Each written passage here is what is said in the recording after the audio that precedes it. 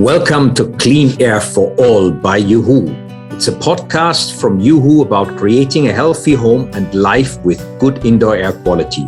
Each month we will speak with experts and share helpful information and insights about anything and everything that concerns the air we breathe and how we can protect the health and safety of our homes and families while we stay indoors.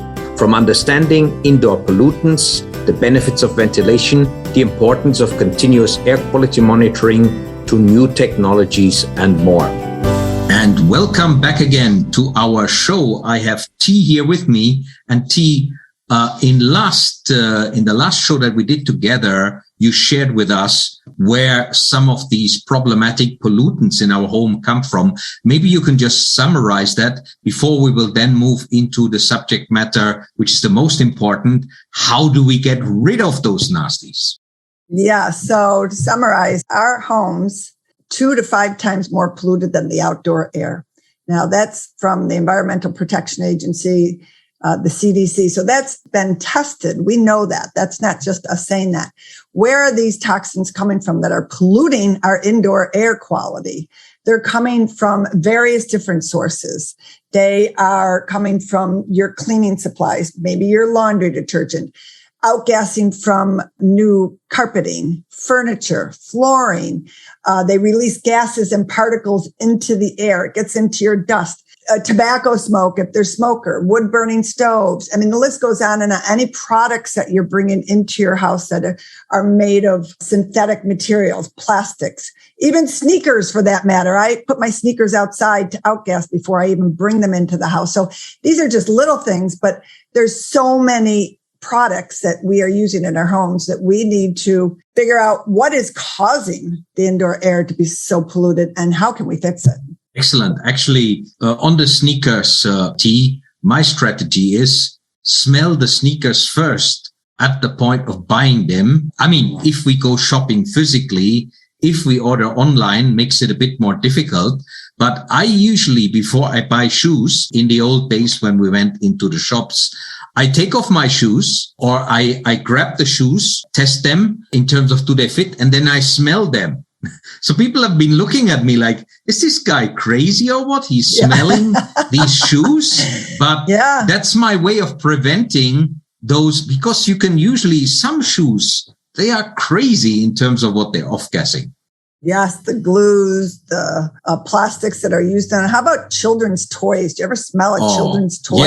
Yeah. The formaldehyde, the plastic that I'm like, oh, and kids are biting these. And so smelling it, I mean, rely on your nose because our sense of smell is so powerful because if it's got a smell, it typically is not very good. So I actually pity those employees that work in some of those shops where you have those shoes or those toys. And I remember going into one shop in Kuala Lumpur when I used to live there, like a cheap shop, like a 5 ringgit shop. It's like $1, kind of a little bit more.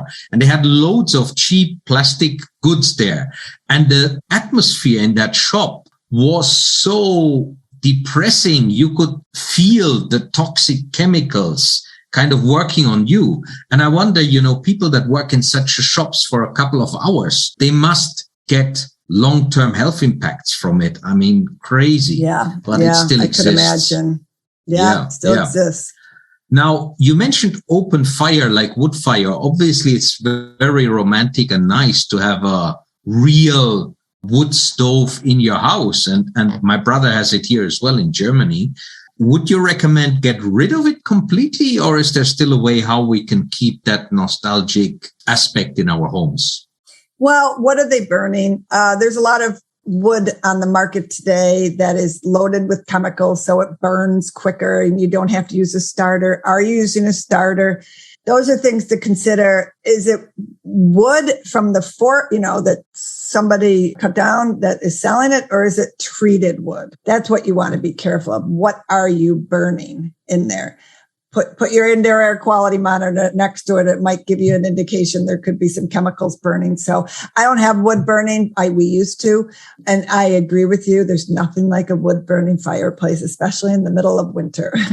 Yes, that's right. Okay, so guys, the good news is you don't have to get rid of your wood burning, but check with the device next to it.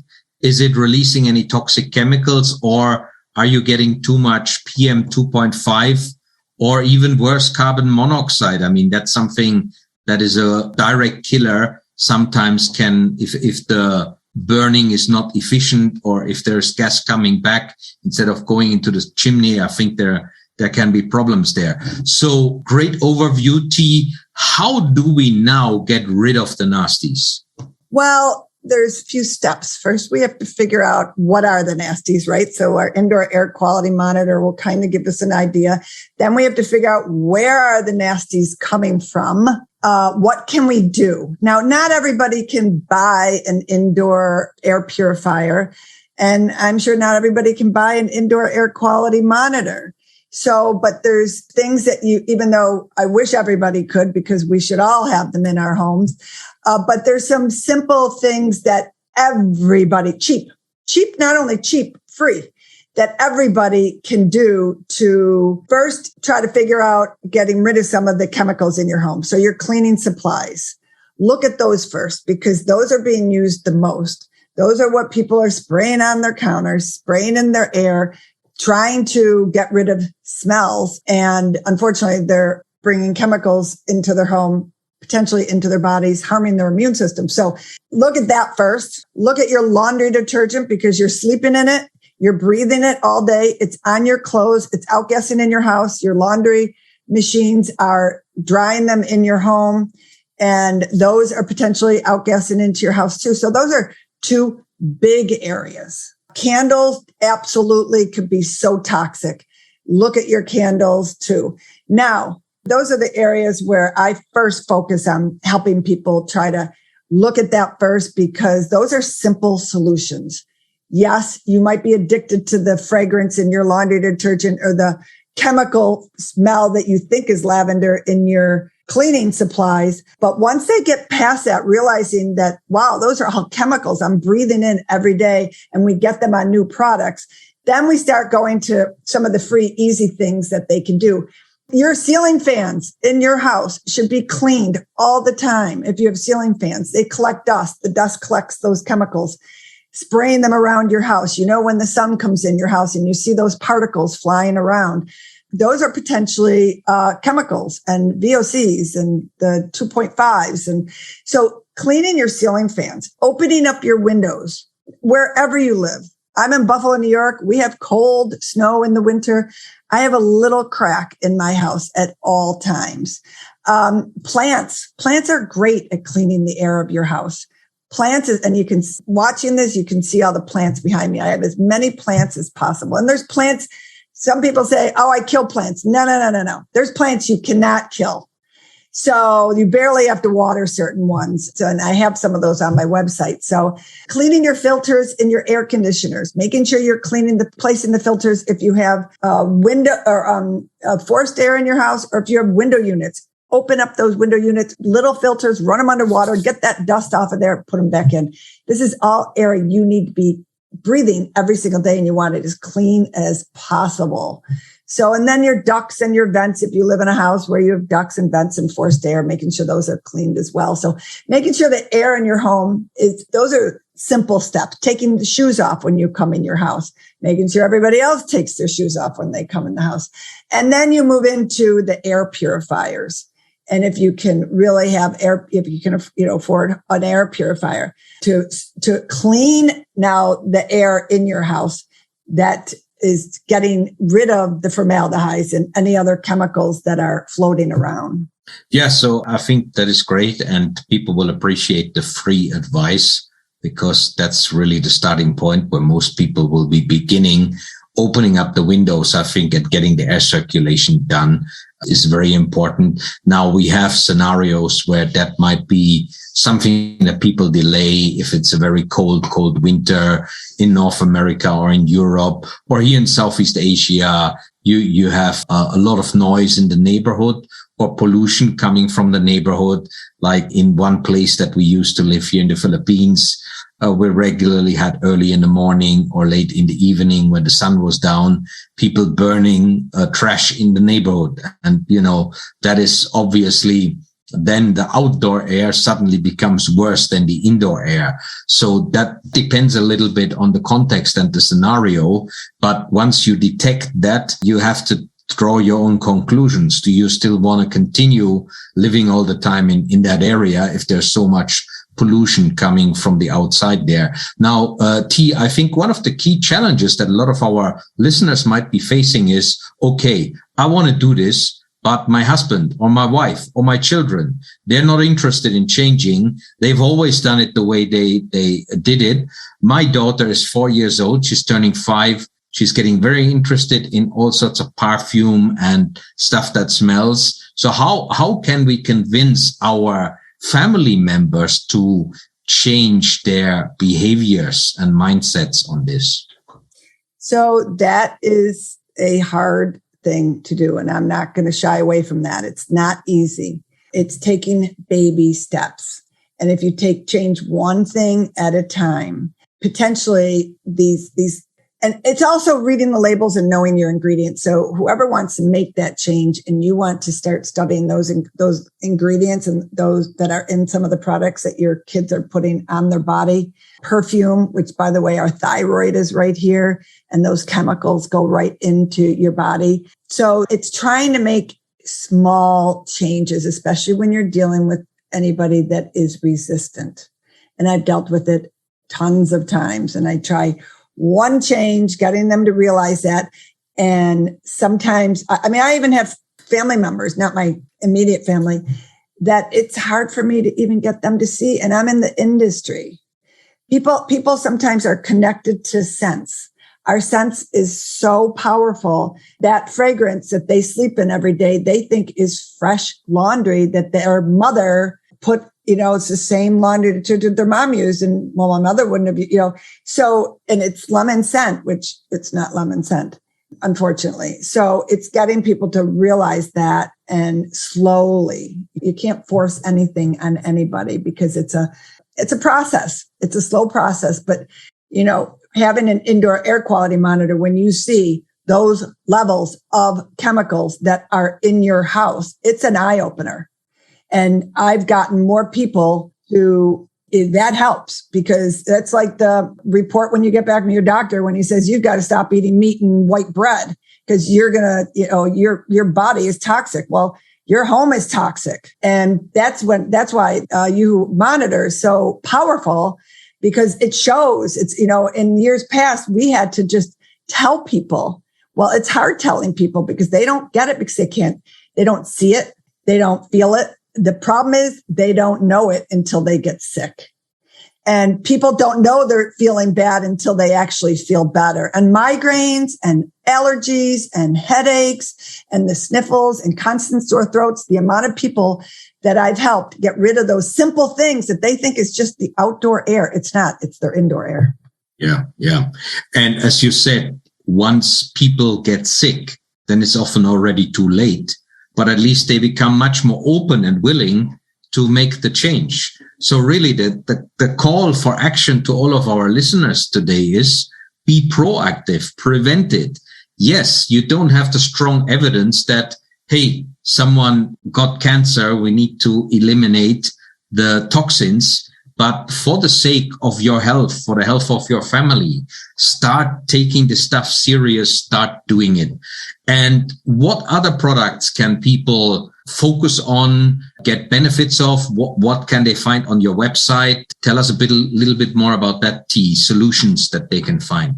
What I've done with the indoor air quality monitor, I've taken it to people's homes. I show them the levels, what they should be.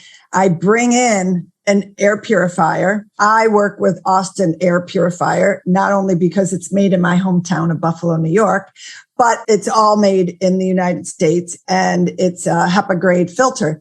Then I put that in their room, in their space, wherever I have the indoor air quality monitor. I come back 3 days later and I see all of these levels go down. So the air purifier can collect 99% of viruses. So that was a key thing with, the coronavirus. It collects formaldehyde and VOCs and 2.5. So it can reduce those in your air. So That's a huge step in the right direction, is an air purifier and taking that step. Great.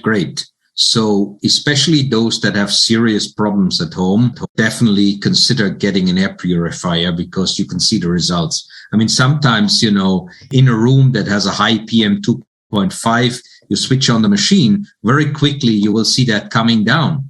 It's quite amazing how the impact, you can see it in front of your eyes if you have the monitoring device like uHoo actually tracking the real-time data. So that is a very, very important aspect. What's your website address, T, and what can people find on there? Yeah, my website address is thegreenlivinggurus.com. Just make sure you have a the at the beginning. I have a product line, which is right here over my shoulder, T's Organics. I started it because, my main product on there is my all-purpose cleaner, and then I have some room sprays, and then I have a refillable jar, but it's made with water, vinegar, and essential oils. Beautiful. That is it. Organic. Nature. And they have antibacterial properties and antiviral.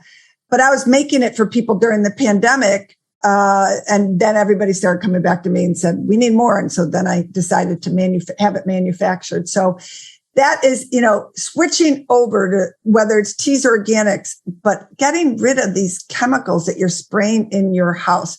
So that's what you'll find on my website. You will see my blog. You'll see all my social media. I have a store on there with all products that we recommend and companies that we work with that I endorse, that I have affiliate relationships with. So if I were to use it, it's on there. Great. Excellent. If you use it, it's approved. It's been tested. It delivers. That is excellent. And readers, you will remember, I wanted to reveal you the test results from my place in Malaysia, where in the last interview with T in our previous podcast, the guy called me crazy because I was not required by law to do it. This was 20 years ago. It cost me a lot of money. My carbon dioxide was very high because there was no fresh air coming into the unit. Other measurements were okay. Then we checked the fresh air from outside. Carbon dioxide was low, which was what you will expect. But the sulfur dioxide and nitrous oxides were high because my condo was just next to the street. A lot of cars driving around there. T mentioned that earlier on as well. There might be external sources coming in. There might be pesticides from the neighborhood, off-gassing. Be alert. Thanks so much, T, for your amazing input, both on sources of pollution and then how we can solve it, how we can get rid of the inappropriate materials that we are using and replace them with natural or T's organic materials, and how we can tackle the pollution as well with monitoring and then cleaning it up. Excellent. Thank you so much, T. Great to have you on the show, and all the best for your important work. You are welcome. I'm glad to be on. I'll come on anytime you want me to. Wonderful.